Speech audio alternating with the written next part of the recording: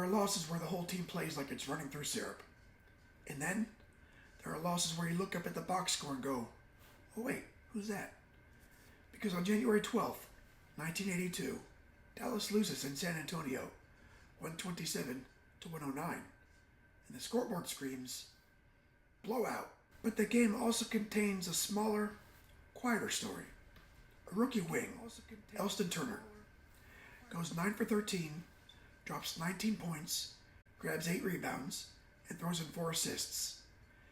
In a game where Dallas gives up 127, Elston Turner is playing like someone who just doesn't accept the conditions of the night.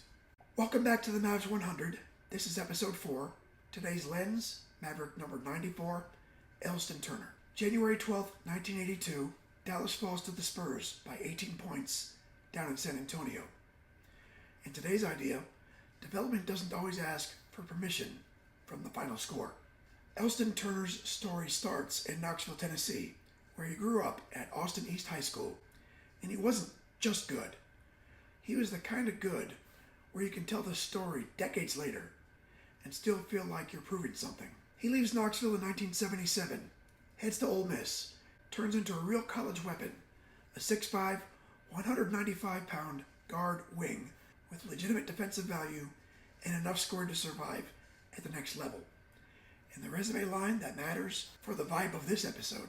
As a senior, Turner helps lead Ole Miss to its first ever NCAA tournament appearance. Then, the Mavericks draft him in 1981, second round, 43rd overall, which is basically the NBA telling you, you might be good. We're not fully sure. Prove it. And Turner spends his playing career doing exactly that. First in Dallas, then Denver, then Chicago, eventually overseas and with the CBA as well. But here's what makes him perfect for this episode. In 1982, he's still in the early stages. He's still becoming. Still trying to turn second round pick into an NBA player. And tonight, in San Antonio, he looks like he's figuring it out in real time. So here's where the Mavericks are walking into this game. Dallas arrives 9-25, a young team still learning how to survive a full NBA week. San Antonio is 23-11, running an offense that's basically a controlled burn. Every possession's heat, and eventually, you run out of oxygen. This Spurs group has George Gervin, and not the fun trivia fact version, the problem version. And Dallas is on the road, inside a building, where the crowd is close enough to feel like they're part of the game. HemisFair Arena. Not a glamorous night, but a real NBA night. A real NBA fight. It's the kind where you learn whether your habits can survive travel.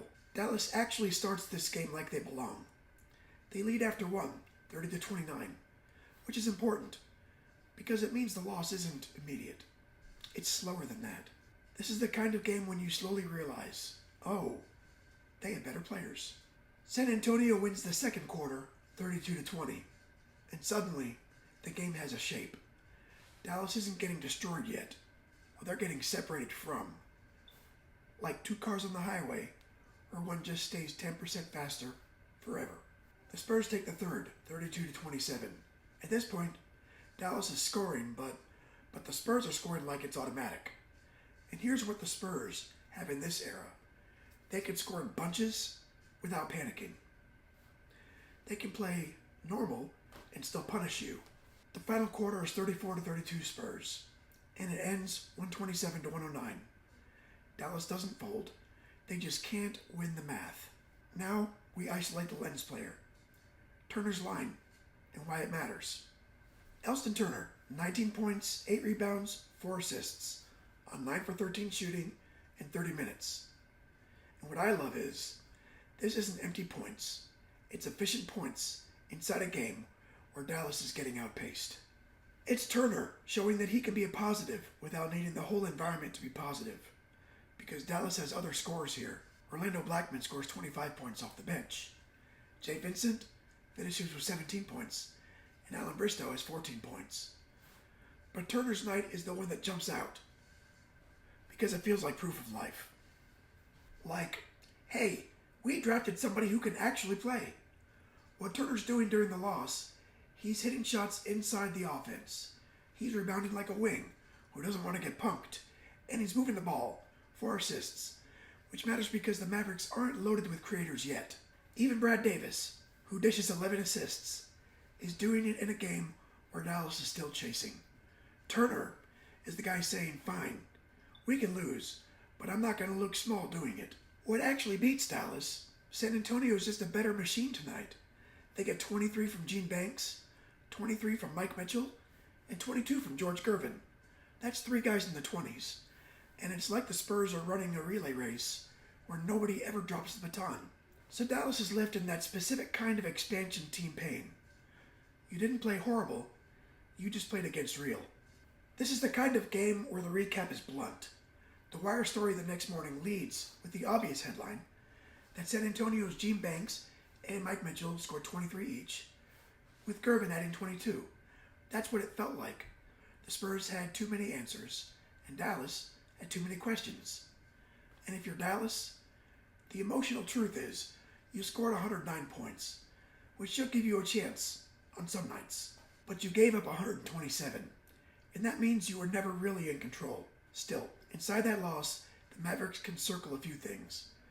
Blackman scoring pop off the bench, Brad Davis running the offense, and a rookie wing named Elston Turner, quietly looking like he belongs, which is kind of the whole point about being young. And here's the cruel part of the NBA schedule. You don't really get to process anything. Dallas comes right back the next night, January 13, and loses again, 105-102 versus the San Diego Clippers. Then a couple days later, January 15th, they go to Denver and lose 128-113 to the Nuggets. So if you're trying to build an identity, you're doing it while getting hit with a repeating lesson. The league doesn't care that you're learning. It just keeps coming. Elston Turner plays 8 NBA seasons, moving through the early Mavericks years, then Denver, then Chicago. And what's interesting is his career doesn't scream star. His NBA averages are modest, about 4.7 points per game across his career. But his story isn't about being a star. It's about staying in the league, staying useful, and then turning all of that knowledge into a coaching life. Because Turner climbs the coaching ladder for years and becomes a longtime NBA assistant, including stops under Rick Adelman and later roles that eventually land him on NBA staffs for decades. And one of my favorite Turner quotes, because it tells you what kind of a guy he was, comes from a 2008 profile where he talks about guarding Michael Jordan in Bulls practices. He said, "You could charge admission for practice because of the grabbing and holding like a sparring partner." That's the voice of a player who made his living in the toughest part of the sport. Not games, the daily war. And honestly, that tracks perfectly with the 1982 version of him that we just watched. Even when the game is going sideways, he's still competing like it matters. So that's Mavs 100 Episode 4, a road loss in San Antonio, 127-109, where the Spurs have too much offense, too much polish, but the Mavericks get one of those nights where a rookie shows you something real.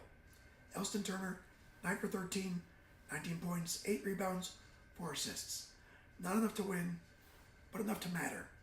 Because the early years aren't made of highlights, they're made of nights like this, where one guy proves he's part of the next version of the team. Next time on the Mavs 100, Maverick number 15, Jay Vincent. And if Elston Turner is the quiet proof of life, Jay Vincent is the early Mavericks, learning how to score like it's its job. I'll see you in Episode 5.